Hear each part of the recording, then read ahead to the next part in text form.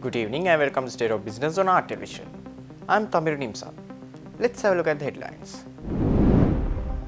Sinopec inaugurates first ever renovated filling station in Sri Lanka.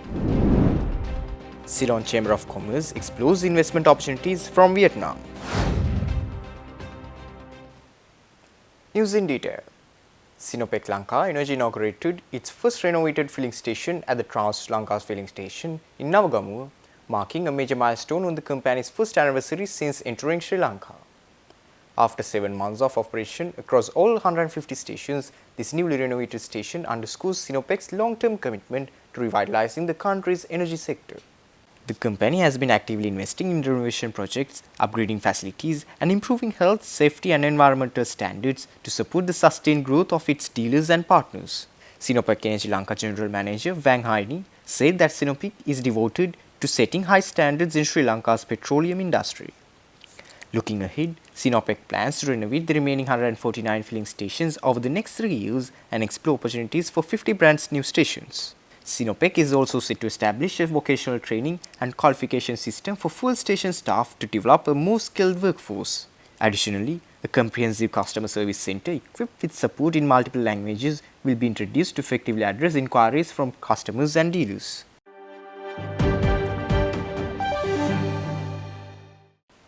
The Greater Mekong Business Council of the Ceylon Chamber of Commerce consulted the Ambassador of Vietnam to Sri Lanka, Ho Thi Tang Krak, aiming to boost production, increase exports and attract Vietnamese investments into Sri Lanka.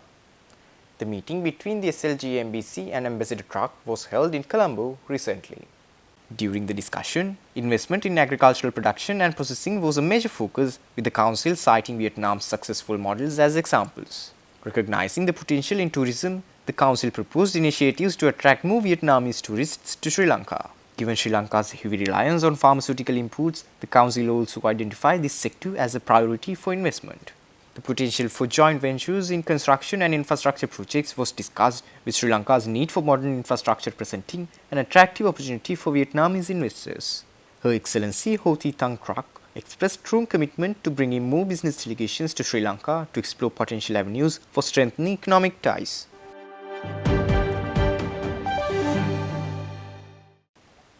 Provincial Council's Local Government and Environment State Minister Janaka Wakkumbara said that the funds allocated for the World Environment Day celebrations will be redirected to aid those affected by recent floods.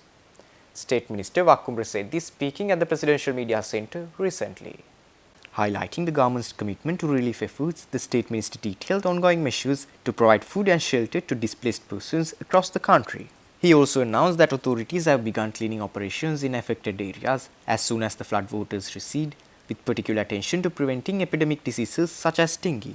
Repair work on damaged bridges, bays and roads is already underway, with provisions allocated for the development and welfare of families and areas impacted by the disaster. In addition to immediate relief efforts, the government is developing a proactive program to prevent future flooding.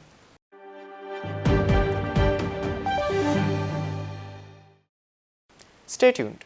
We will return after this short commercial break.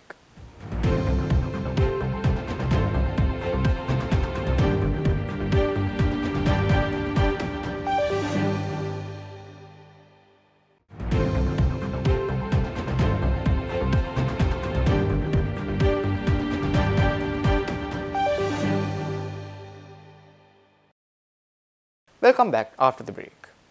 State Minister of Higher Education Dr. Suren Raghavan announced plans to engage in discussions with the university and non-academic staff unions who are currently on strike over various demands.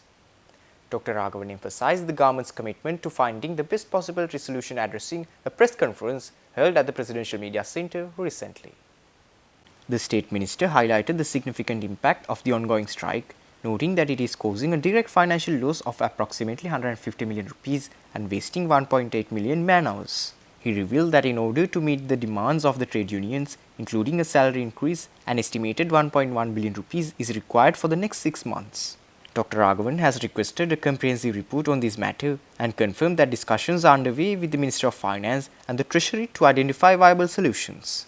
Dr. Raghavan expressed hope for reaching a mutually agreeable solution, reaffirming President Wickremesinghe and the government's dedication to resolving the issue.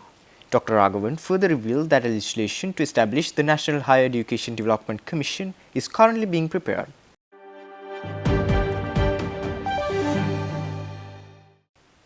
National People's Power parliamentarian Dr. Harini Amarasuriya says that they are fully supportive on the decision by the government to establish a Women's Commission.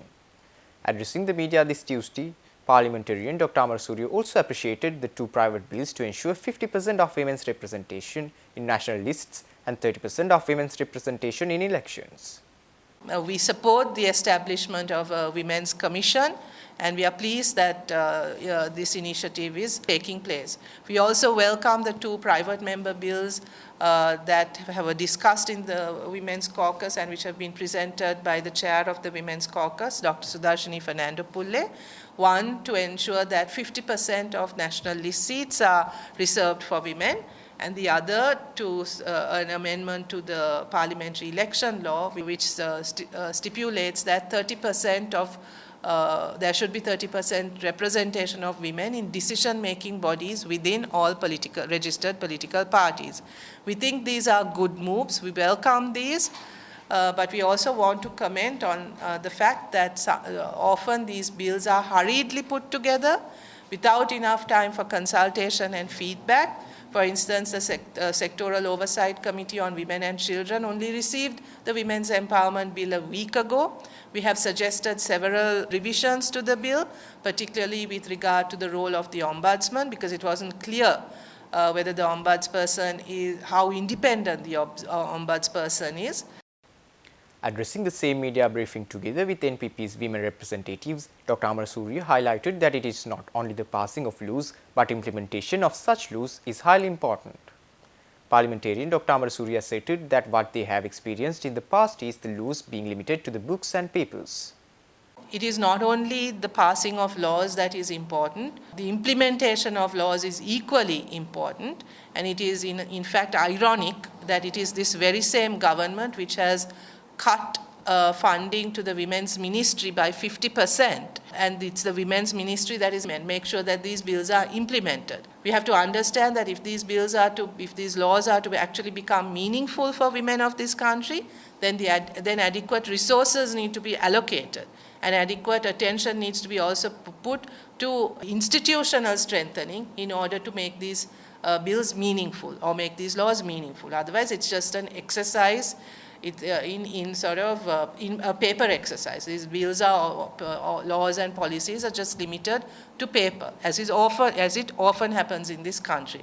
So we urge the government to think about the implementation of these bills and what it really means in reality for the women of this country who are really in need of better infrastructure and institutional support to realize their rights.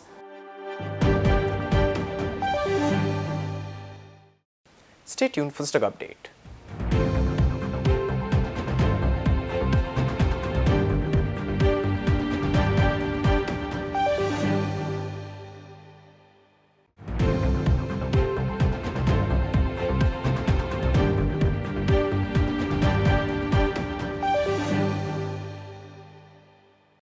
Trading at Colombo Stock Exchange ended on positive notes today. The All Share Price Index gained 120.93 points to close at 12,310.78, and the S&P SL 20 gained 57.58 points to close at 3,650.88. The turnover was 1.5 billion rupees and over 49 million shares were traded. Up next are forex rates.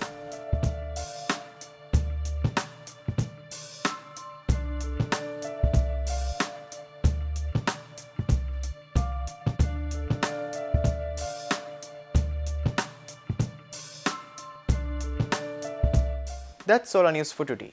For this and more, subscribe to our channel on YouTube and follow us on Facebook. Take care and good night.